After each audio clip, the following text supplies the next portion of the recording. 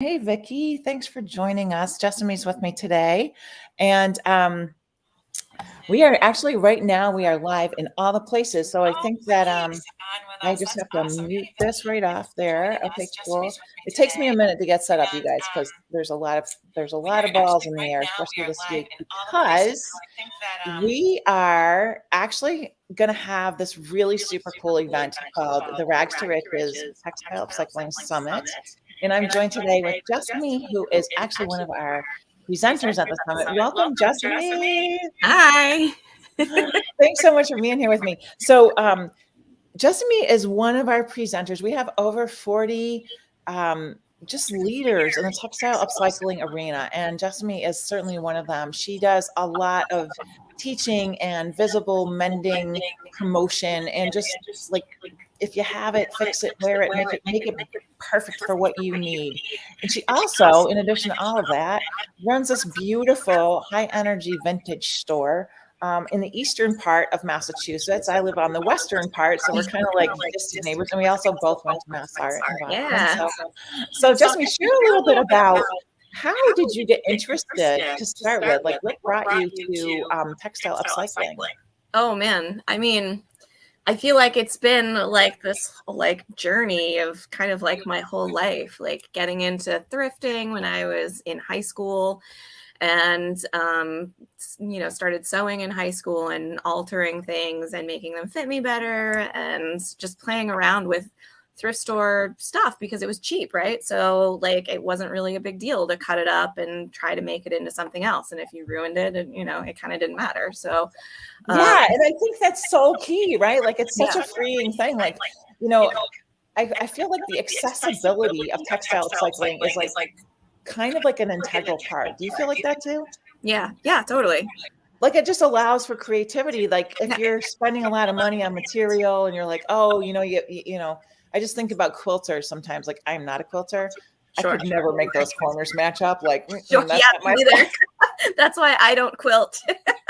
It's not my thing. And then I'd love to learn, a little bit, but like not. Yeah, I don't do the measuring perfect, like squaring off my corner. And then there's people who make these amazing quilts who don't have any of that stuff, like the G's Ben quilters or my girlfriend Denise Schmidt. Like I want to learn how to do that, but I haven't had the patience yet, but I'm hoping at some point. But so that is a really important factor, the accessibility. And like, we are all, I have to say, like, I think, in our culture in the United States, we are surrounded by so much textile waste that it's just, it's everywhere. And then, you hear about places in the world where, all of us, fat cats over here in the western part of the world and northern hemisphere just like dump all of the crap into the southern hemisphere. And, countries where there's just it's embarrassing actually to see that and just be like, that's from us, right? So how do we? That's our overconsumption. It is. It should be embarrassing. Right? It should be. And it's like really, it's really something that I'm committed to addressing this. And this is why I'm hosting the summit, right? It's because I feel like there's this opportunity for like creative adventure, right? Like So cool that you've also had that kind of in your head when you're, as you got started with textile upcycling. And then, today, like, oh my gosh, like there's just this huge uptick in interest. So talk a little bit about how that has impacted your path in your businesses. Yeah.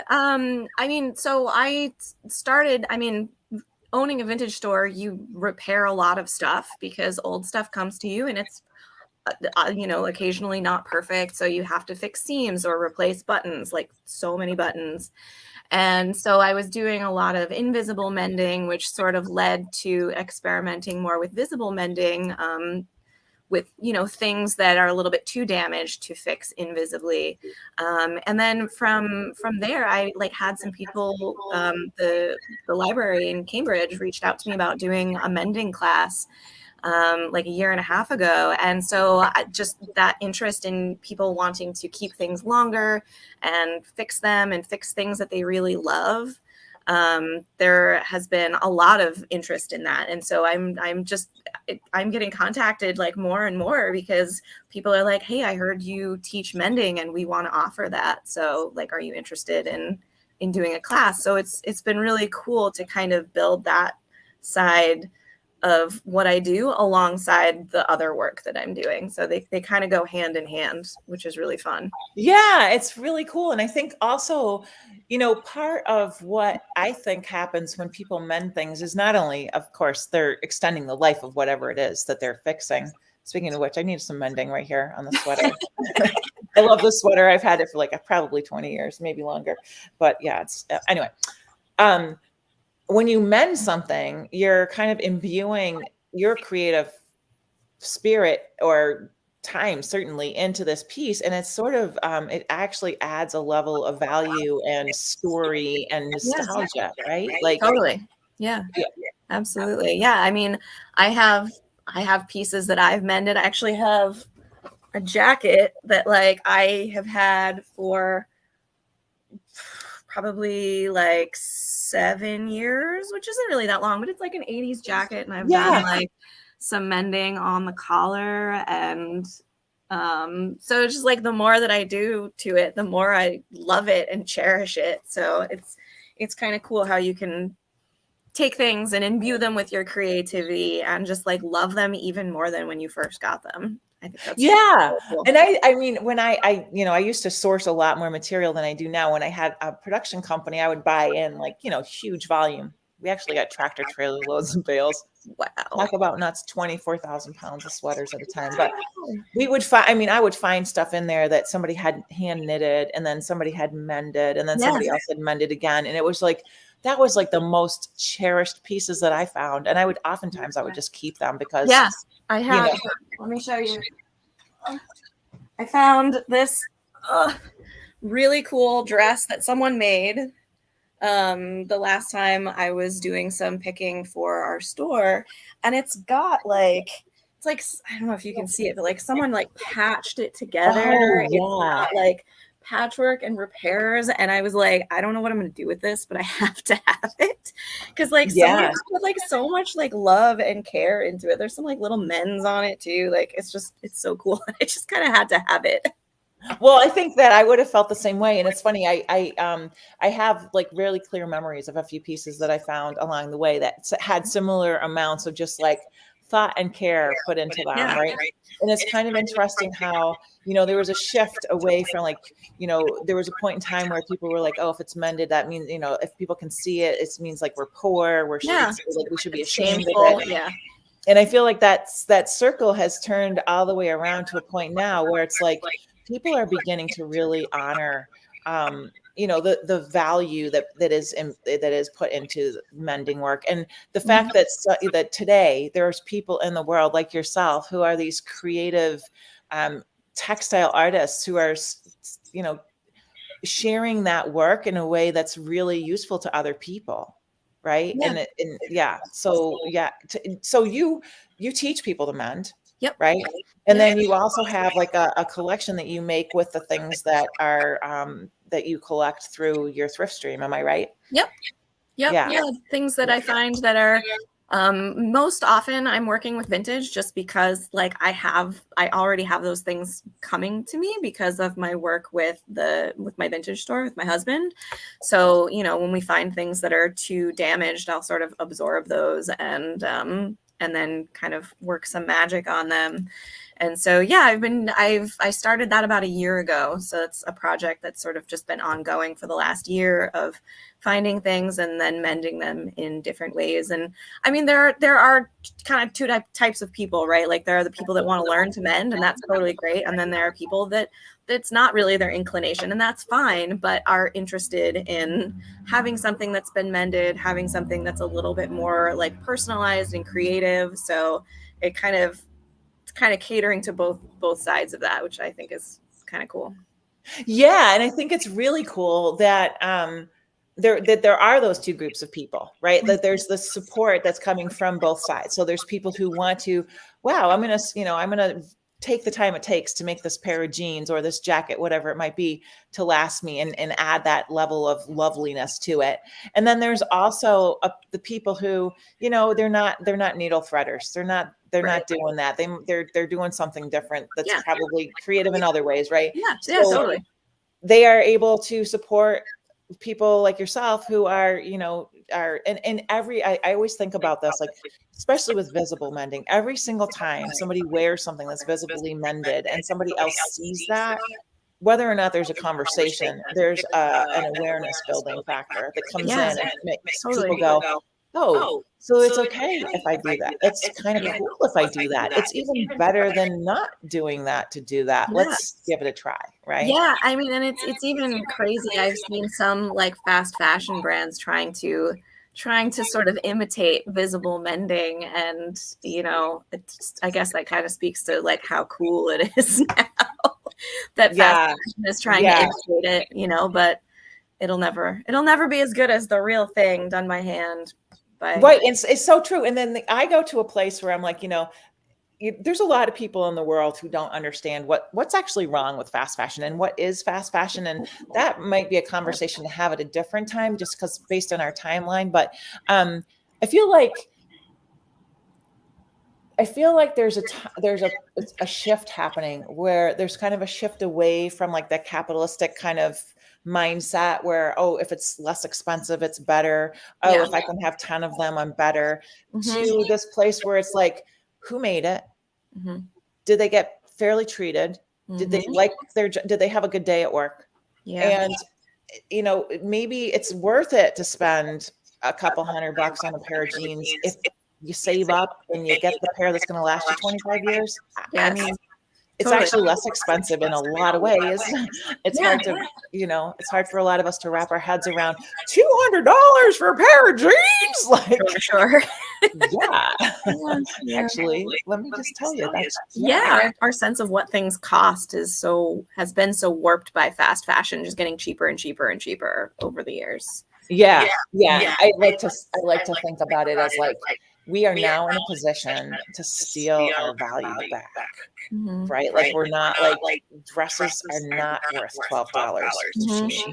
Dresses are actually worth way more than that if they're made in a way that's going to make you feel beautiful for a very long period of time and offer you that sense of connection and individuality. And, you know, it might be the dress that you found in the bale, right? It might be that dress, right? And it's like, those are the stories. Those are, you know, I think we probably share this, Jessamy, like, most of my clothing, I look at it and I'm like, there's a story about it. There's a story. Like, the sweater's a good example. I found the sweater in a bale, and I'm telling you, it was at least 25 years ago. And it's like the coziest. I wear it all the time, and I've mended it. There's been a few holes. There's a few more right now. I'm not going to show them to you, but you know, it's that kind of, you know, a lot of people don't have that. And I feel like it's almost like people that don't have community, right? So how do we share the stories? How do we encourage people to see value in their stories, right? Yeah, absolutely. It's kind of cool. Definitely. Yeah. So, hey, there's a bunch of comments. Somebody said, Lisa Sower says, Boro and Soshiko. Yeah, girl. Yeah. That Japanese tradition. Like, you know, it's funny how all of this reuse that we are talking about is mostly connected to textiles. But the other day, my daughter was gluing a piece of pottery back together, and I was talking to her about, there's a Japanese trend that that is where pottery breaks and they fix it with like gold. Have you ever seen this? And is it wabi sabi? That's something different. It's called something. It starts with a K. It's kit something.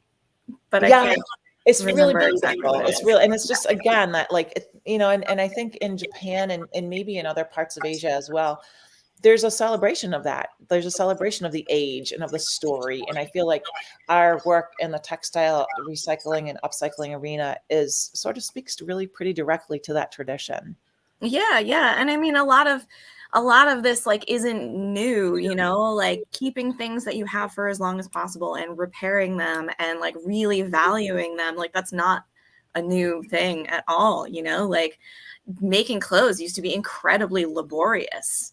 And so people kept them. And then when they were too damaged, they cut them up and turned them into something else. So, we're sort of returning to those values, I think. Yeah, I agree. And I think, Jessamy, I heard the other day, I can't remember what I was listening to, but there was a program I was listening to, and there was a statistics that shared that said 150 years ago, people spent as much time growing and preparing and preserving food as they did clothing.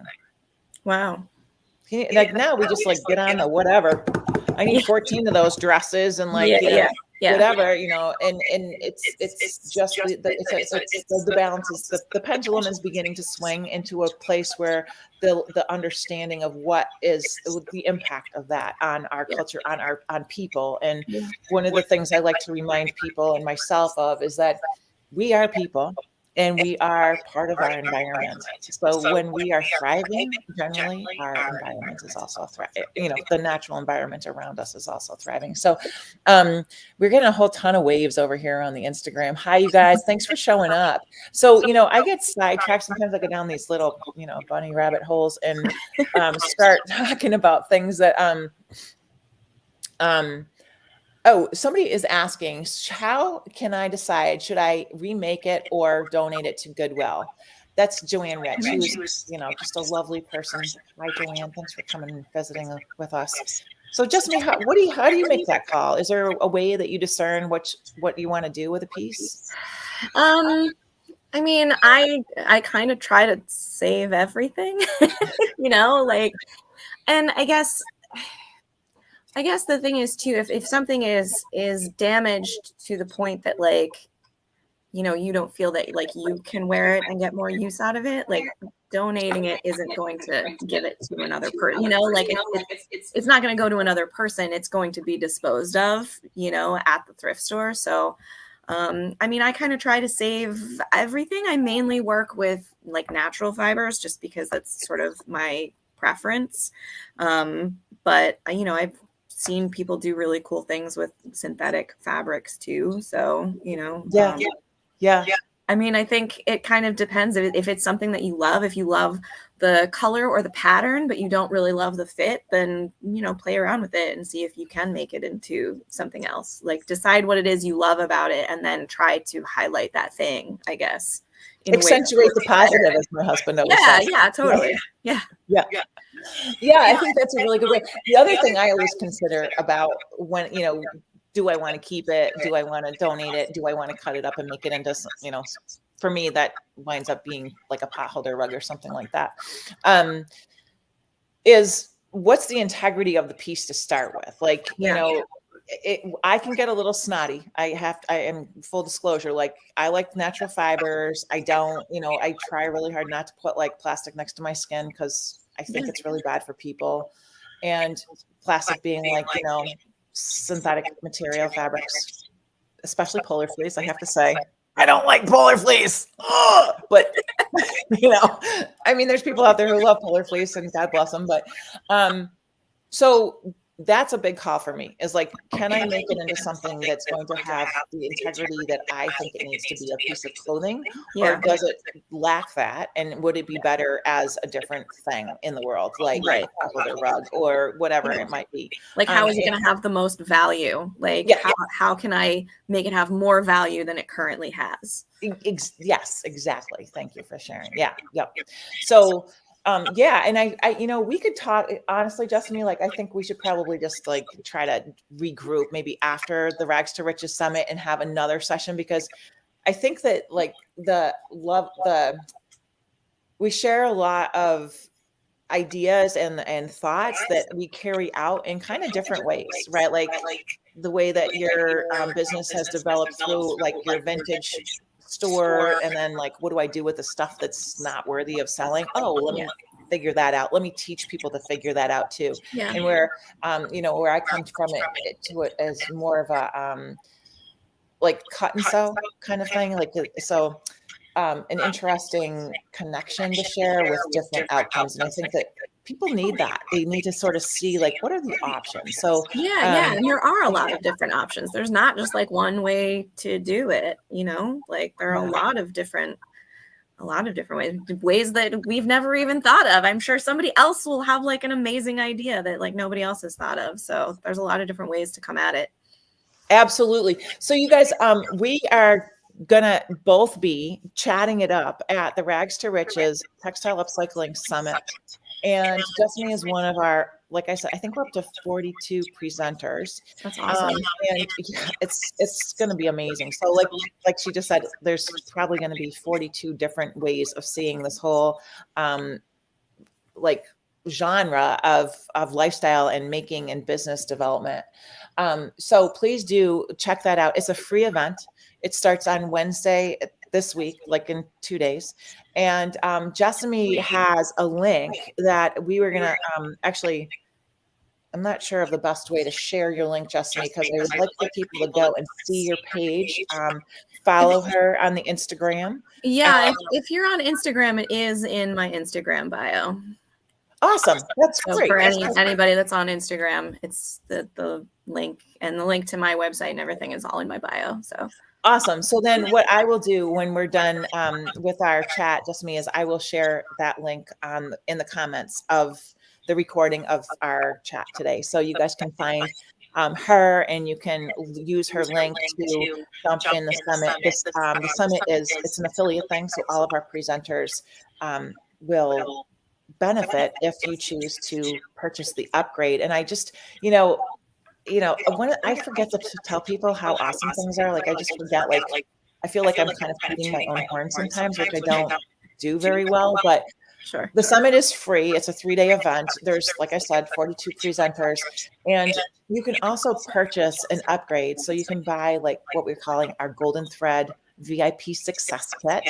And with that, you get extended access to the full summit recordings for 90 days. You get to be in Stitcherhood with myself and with Jessamy and a few hundred other people who are all textile upcyclers, which is an amazing benefit in itself. It's just a great community. The recordings will be housed within the membership. And you also get a year subscription to the digital version of the Salvage magazine. You get a lifetime access to Made TV, which is a platform launching this summer for artists and makers. It's amazing.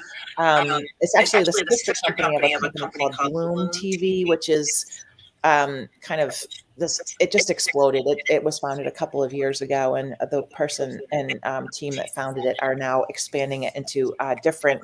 Bloom TV is all about flowers, and Made TV is all about artists and makers. So just a lot of valuable bonuses, a really comprehensive workbook to follow along the summit with, so you can really use that as a reference post-summit.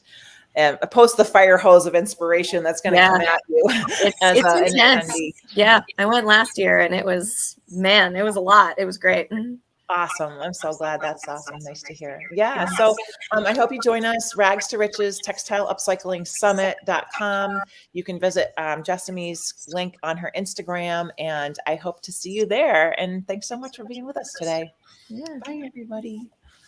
Bye.